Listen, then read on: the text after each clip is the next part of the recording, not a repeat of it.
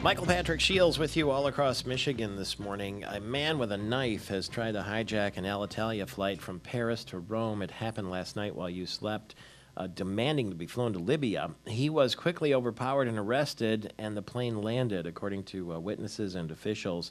Thanks to the prompt intervention of attendants, the aggressor was immobilized, kept in his seat, and the flight continued on to Rome. They say he pulled out a small knife.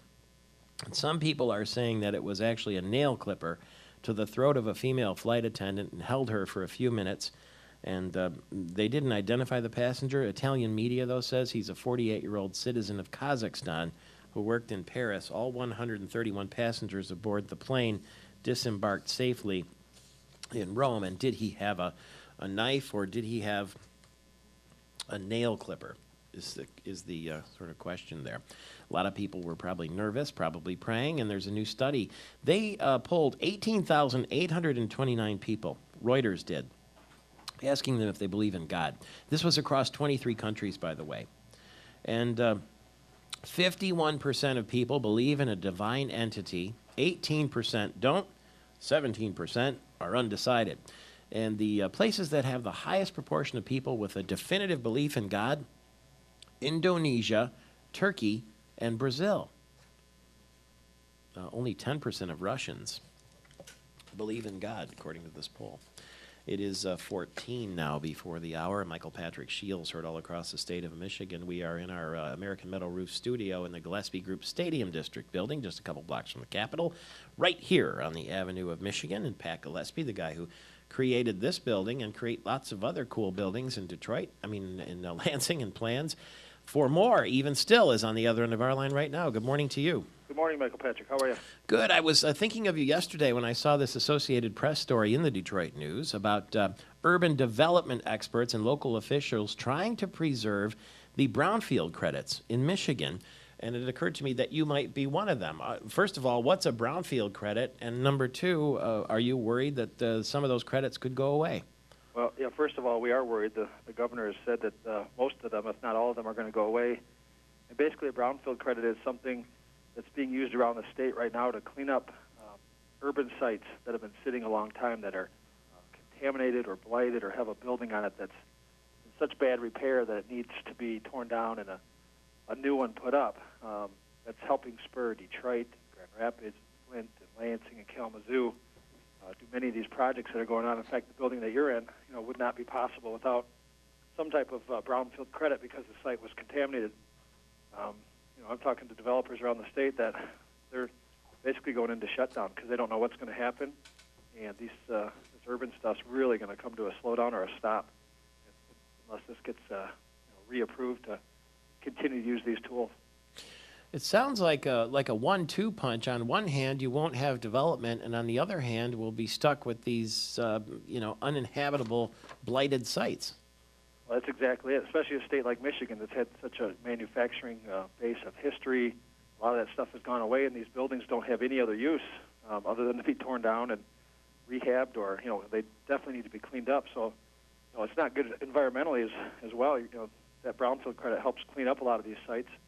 These sites are just left to sit there with petroleum products and other stuff in the ground. It's not going to help the surrounding properties either. So it's a ripple effect, not just a new building, but also cleaning up the sites and the sites around it as well. Do you have any pending brownfield projects?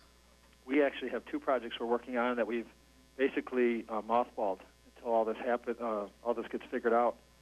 And right now, it's not looking real good. So I know other developers around the state are also basically at a standstill. So a lot of the momentum that's been happening over the last 5 years has really come to a screeching halt. It's kind of scary because Michigan was on a little bit of a roll as far as this urban redevelopment. Was the accident fund a brownfield project? Yeah, just look around Lansing. If you know Lansing, in the last 5 years, there's been the accident fund, Motor Wheel Lofts, Pruden Lofts, Stadium District, the Arbol Building, Chrisman's new headquarters, and not one of those would have happened without these credits. Skyline would look dramatically different. So it's a very important credit for developers to have a chance to get them going financially. Do you get the sense that you're being heard in the governor's office, you and the others who want to protect some of these brownfield tax credits? I'm not sure. Some days you hear something like they're listening, but they are pretty focused on cutting, and they're pretty focused on their plan, which is, just to lower business taxes as a whole. But, just doing that does not get these sites cleaned up and new buildings on it. So I don't know. One week I'm optimistic, and one week I'm not. Right now I'm about neutral. I don't know where it's going.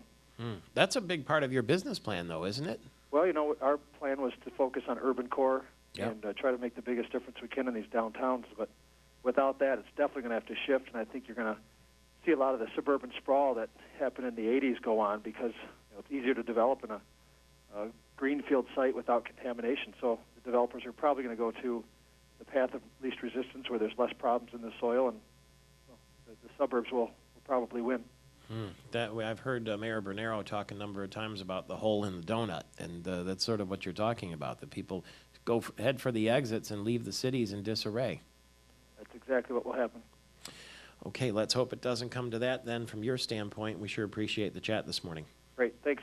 Pat Gillespie, the president of the Gillespie Group, who has all sorts of brownfield plans, and it is a 1-2 punch, isn't it?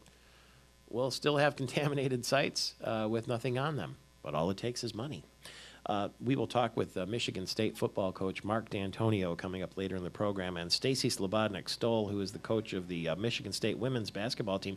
They won the Big Ten championship on Easter Sunday in the Chicago area. That's coming up shortly, too. Tom Walsh will be with us, too, from the Detroit Free Press. He is a big advocate of moving in, getting cities going, and Blue Cross Blue Shield of Michigan is one example. They're moving new people into Lansing. They're moving people into downtown Detroit and, of course, Grand Rapids, too. So stay tuned for all that. The full sports story.